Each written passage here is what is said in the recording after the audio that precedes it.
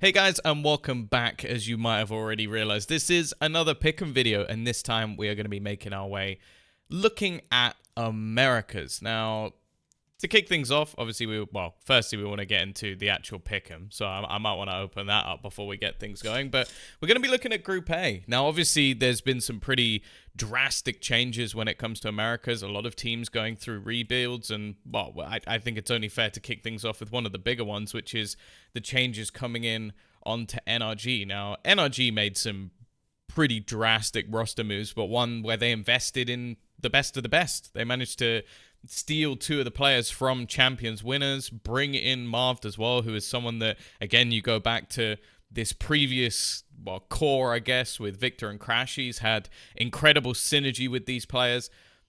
This team, other than maybe leadership, I think that's the only thing that maybe goes amiss, but they've got so many experienced players. I'm not so worried about that. Like, Ethan has been playing for a long time, so has Victor as well throughout CS, so I'm not really worried too much about that. Maybe there'll be a few teething issues here and there. And obviously they've still got Chet, who was a lot of the sort of mastermind behind everything with FNS in the past. So I think for that, the first one at least, it looks like a fairly clean victory, I'd say. Like, obviously, you have to look at players like MW0, like even going back to this sort of matchup versus GE. He put up an unbelievable performance, but this is another level. Like, you're talking about a team that couldn't beat the brand new GE with a stand-in of skills, and now you're looking to face against the best, or one of the best teams in Americas, guaranteed. Like, they've got Demon 1, they've got Ethan. Like, you just have to expect that these players are going to be very good. So I think that one for me is one of the sort of easier sort of opening matches to sort of predict. I would be very surprised if Furia managed to turn that one around.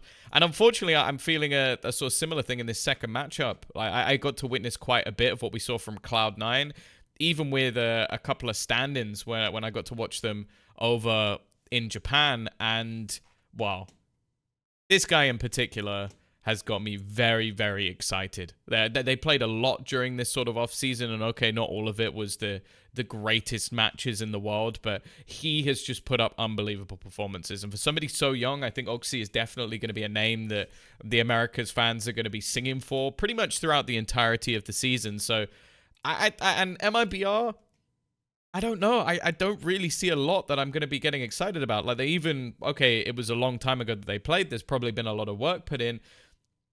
But they're even losing to sort of more regional Brazilian opposition. So I can't really sit there and say that I think there's anybody on this team that's realistically going to be able to match up too well. I think also, again, I think Whippy was missing, who's someone who, especially under the leadership of Imi, has shown some real sort of strength within this roster. And then you've got the likes of sort of Zeppa, Vanity, like players that we've seen many a time. So I would definitely have to lean in that direction for that matchup. And I think pretty much all the way through, I don't think there's anything too crazy about this. Maybe this matchup between Cloud9 and Fury could be a little bit closer, but again, like after the results versus GE, I just don't have that confidence in Fury anymore. I have confidence in MW0, but I'm just not sure the rest of the team has that same level of depth. And well, I almost hope that, obviously the Pancada news is that he wasn't able to get a visa, but I think either of these teams, if there is some sort of opportunity to get him, I think you have to bite the hand off that opportunity, because I think they need some serious upgrades. Because we're talking about top two even in any group, I think they're going to struggle a little bit more. So that's my first group. I don't think there's anything too crazy in this, and I think there's going to be a running theme that might upset some of the Brazilians. But this group is really interesting. Now something I saw, I think people were quite upset by this group, but I actually think it benefits some of these teams a little bit later on, because you got the group of death. Obviously, two teams are going to get out of this. In the later stages, there is no lower bracket. So, let's say, for example, I don't know, Sentinels and Leviatan were in groups B and C, they're going to play each other and knock each other out. Whereas this is one of the only scenarios where you could actually get that, well, they can't play each other again. So, for example, in this case, let's say Leviatan and Loud were to win, and then the bracket's done later on, they won't be able to play each other. So there's actually a higher chance of both of these teams managing to get through, which obviously for them is going to be fantastic. In the group of death, maybe not so much. So to start things off, this one's I say it's difficult, but I feel like there's a lean of which way I have to go in. And it's mainly because I feel like there's been a huge upgrade for Sentinels. Like, I think John Cutie and even just throwing in Zelsus to maybe add in like the vibes a little bit more, but also just a great player. They were unbelievable. Now, it's an off-season tournament. It's a Freaker TV.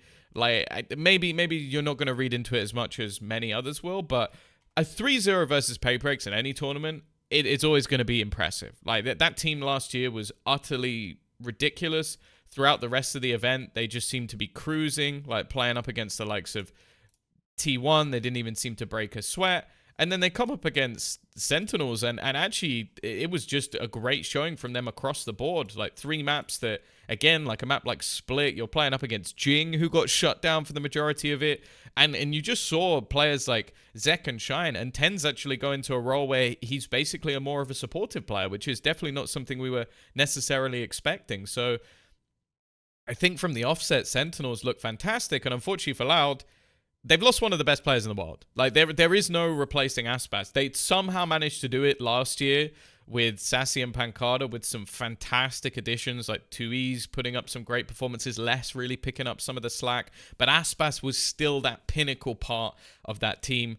And I think in any other group, maybe they get out, but I just can't believe that they're going to be able to take down Sentinels here. Now, the second matchup is one that obviously even over the last month or so has changed quite drastically with the signings that have come through, like the additions of EU and Boostio. And I don't think 100 Thieves necessarily look bad, but then you go back to some of the performances they had. They struggled versus DRX. Again, as said, they did have like a stand-in of nature themselves, but they didn't look great, even just as a whole. I do think that like Cryo definitely still has something, and I think EU's a really good signing. It's just whether or not Boostio and obviously the addition of coaching staff has been enough to sort of revolutionize this team in quite a short amount of time. And the other problem I have with it is they're facing off against, in my opinion, one of the best super teams you've ever seen. Like, I think that not only the initial pickup of obviously bringing in Aspas, which I think pretty much shocked the world of Valorant, that he is leaving Loud, he's leaving a Brazilian team, and he's making that move across. I know from sort of being around that he definitely has a level of English as well that shouldn't be too much of a problem. Com as well, probably a top 3 sort of supporter player, maybe even top 2. I think it's between him, like Leo and Ethan, for some of the best support players in the world. His utility on Sova is unmatched. So I think, again, another fantastic and sort of late signing throughout the season. Mazzino and King, I have just 2 of my favorite players to watch. Mazzino has been since Crew. This team is just stacked. And then also you have to bear in mind, that's not the only upgrades they have. They've also changed coaching staff. They brought in Gokeb from Koi, who, again, from talking behind the scenes, he's somewhat of a sort of strategical mastermind, someone who builds a lot of the strats. Okay, maybe saying build the strats at Koi might not be singing his praises too much because the team didn't do that well, but he is someone that is rated very highly. And obviously Itopada is the man who was the head coach previously of Apex. So they've really invested heavily this season. So I think that they've come in with an utterly fantastic team. If it meshes, this might be a team that wins a tournament this year. So yeah, I think the obvious choice has to be for them to go through that initial battle. Now, this one's a little bit more interesting because I think Sentinels have come out of the gates really hard in like some of those off-season events. Again, I think you look at their coaching staff, the people they have behind the scenes, and it's also that they've also invested heavily and they've got a lot for them here. It almost just comes down to a 50-50. And I think in that regard, that's where I lean it to Leviatan. Like, I think that obviously, there's a good chance that Sentinels have slightly better synergy because the changes might be slightly smaller. They also don't have as much of a clash in terms of different of nationalities and sort of like languages and even just culture. But I just have so much faith in the likes of Aspas and obviously Mazzino and King. I think they have so much firepower that I think they're going to take that one over the line.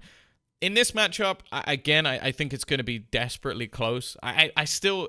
This for me will be the proving ground of whether or not Sadak is genuinely the best in-game leader in the world. And he's already like up there. He's already like a top 2, top 3. I don't think there's any arguing that. If you argue that, I think you're weird.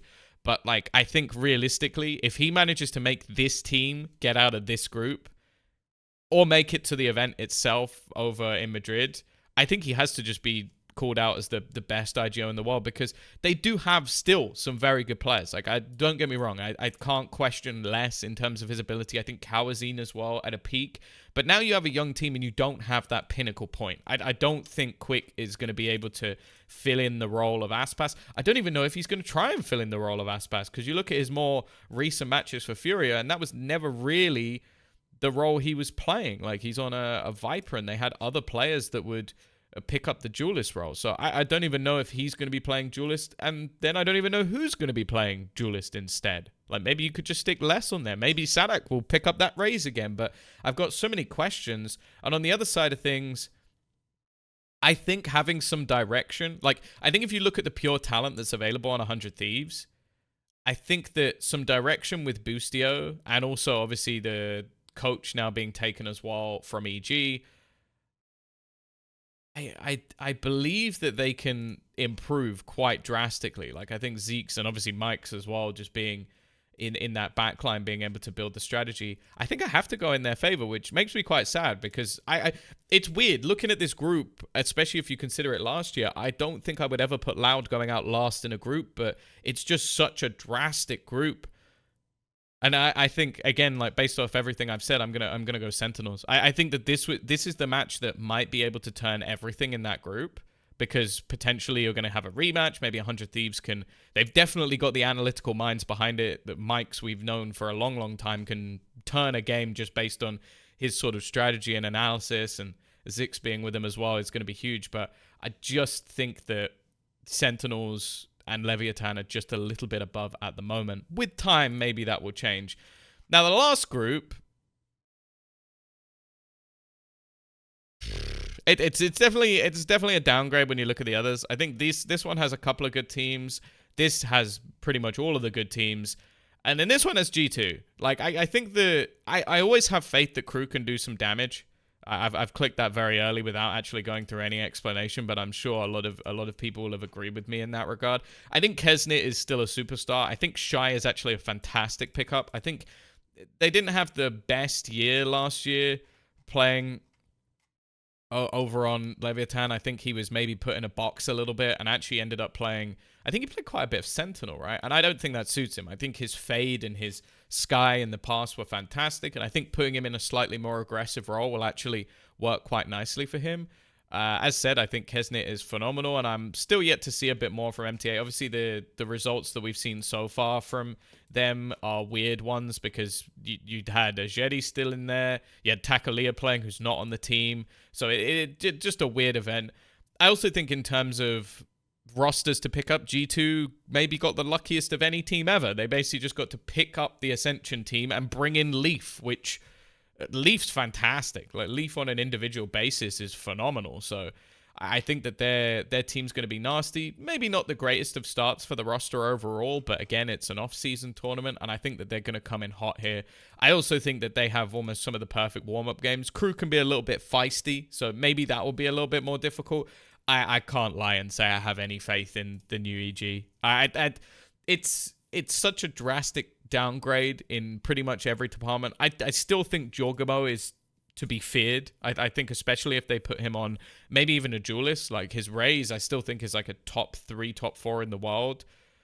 I just don't think, like, Derek obviously didn't have a great season last season. Nature, we've seen stand in recently. Again, these aren't bad players. I just don't know if they're at the level where they're going to be able to compete with the best of them. Some even haven't competed for quite a while in terms of, like, basically just trying to play their way through the second division. So I can't have any faith that this team is going to be able to do any damage. And from what we've heard behind the scenes, it doesn't even seem like EG necessarily want to do damage. Like, they're ducking out of an awful lot of esports. So it's a lot of pressure on people like Potter. Again, I think Potter already proved any doubters wrong, but if this team is able to make it to Madrid, I don't know, she needs some sort of, like, knighthood at that point, because it's been such a drastic change in that roster that they're going to have to do incredible work. And I think that even someone like Kesnit on his day would be able to take them down. I think he's such a difficult player to play against. I think he's highly underrated. So I think that Crew are going to be the ones to make it through. And obviously we know that when the going gets tough, that's when Crew get going. So This is my pick'ems. I'm sure there's going to be plenty disagreeing. I'm sure I've upset quite a lot of Brazilian fans. I promise you, I didn't put them out just because they're Brazilian. It's genuinely because there's a horrific group for Loud, and I'm just not rating Furia and MIBR that highly. Maybe I'll be proven wrong. And obviously, I think 100 Thieves may be able to throw a spanner in the works here and there, but other than that, I'm fairly confident in my pick'ems. As said, let me know what you think down below. Let me know if you're angry, happy, if I've done a fantastic job, or if I'm the worst person in history. And of course, make sure you like and subscribe as well. I'll be back next time where obviously we're going to be doing EMEA. See you then.